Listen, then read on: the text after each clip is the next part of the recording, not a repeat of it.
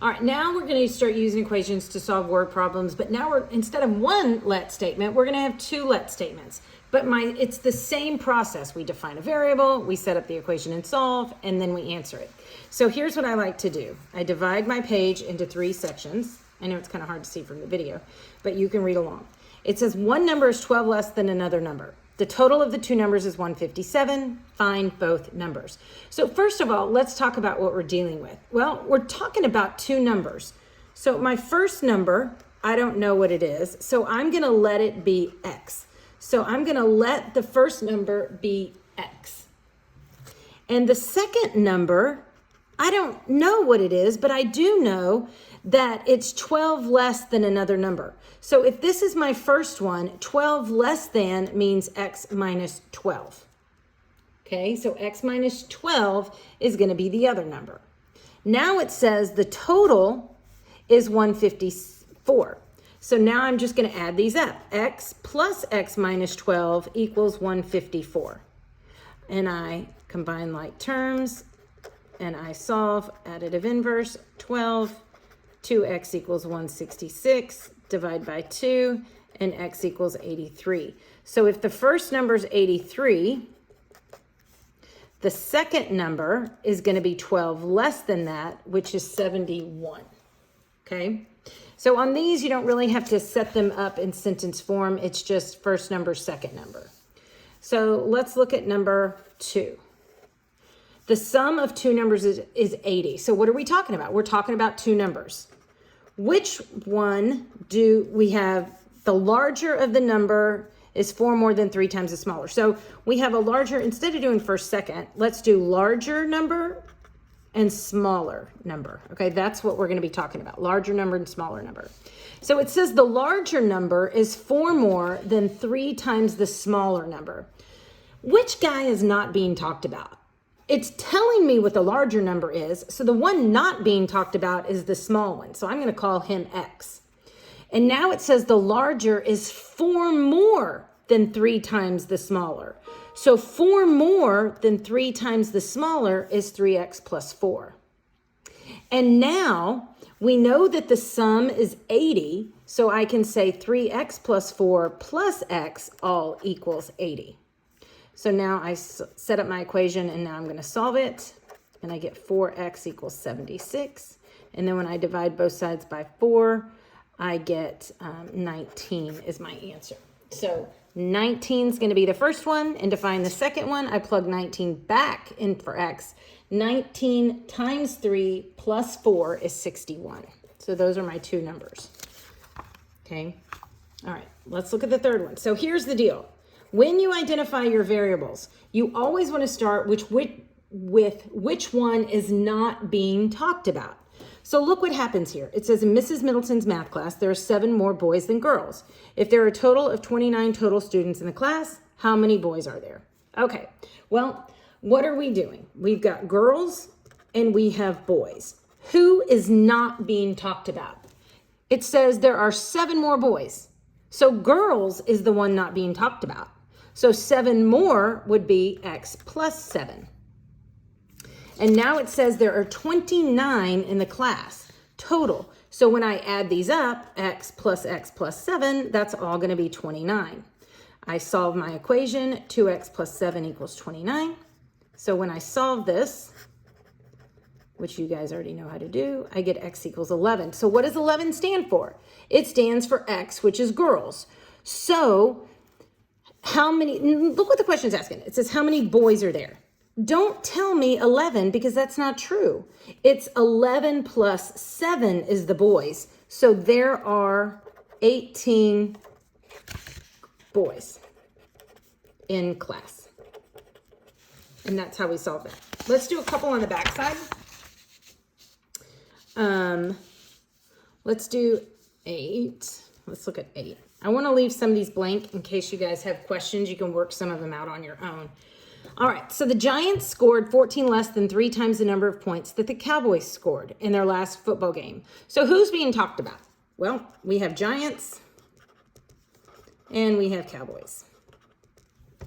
All right, who is not being talked about? Well, it says the Giants scored all this stuff. So the Cowboys are not being talked about.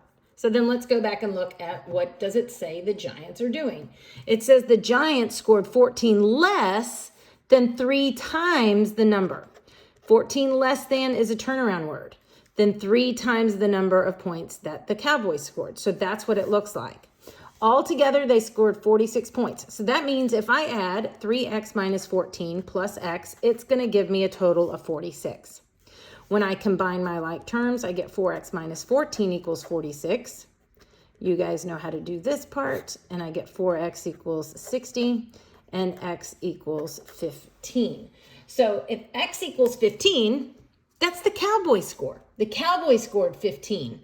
And what does the question want? It wants the Cowboys score. So 15, the Cowboys scored 15 points.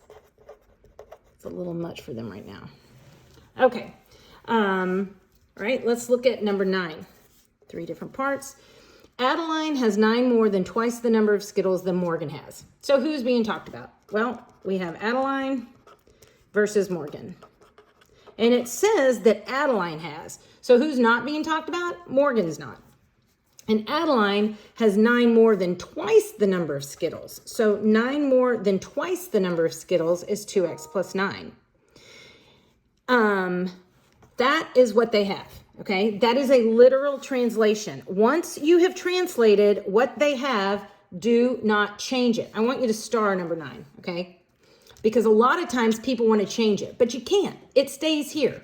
So now when I read this next piece, I am literally translating using Adeline and Morgan's numbers so far. So listen to this. It says, if twice the number of Skittles that Adeline has, so twice the number of Skittles that Adeline has is 2 times 2x plus 9. Okay? Twice the number of Skittles that Adeline has is means equal. So I'm putting an equal sign there. Is 2 more than 5 times the number of Skittles that Morgan has. Well, 2 more than 5 times the number of Skittles that Morgan has would be 5x plus 2. So that is my equation. It's not like up here. You have to literally get this. If twice the number of Skittles that Adeline has is 2 more than 5 times the number of Skittles Morgan has, how many do they have? So that is what my equation looks like. We know how to solve, distribute. 4x plus 18 equals 5x plus 2. I always bring my variable to the left. You don't have to, but I do. Negative x plus 18 equals 2, and subtract 18 on both sides. So negative x equals negative 16. X is going to equal 16. Okay? So x equals 16, and that's how many Morgan has. So Morgan has 16 Skittles, and Adeline has 16 times 2 plus 9, which is 32 plus 9. So she has 41 Skittles. Okay, that's how we solve those word problems. All right, now let's look at number 10. The sum of 2 consecutive integers is 113.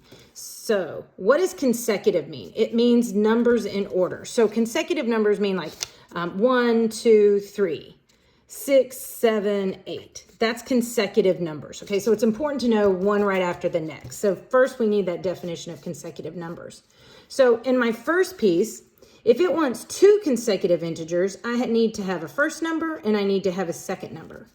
So the first number we don't know, it's x. But the one right after it, because it comes right after, it's just x plus 1. So consecutive integers will always follow this pattern, x plus 1, okay? And now it says the sum is 113. So I know that x plus 1 equals 113.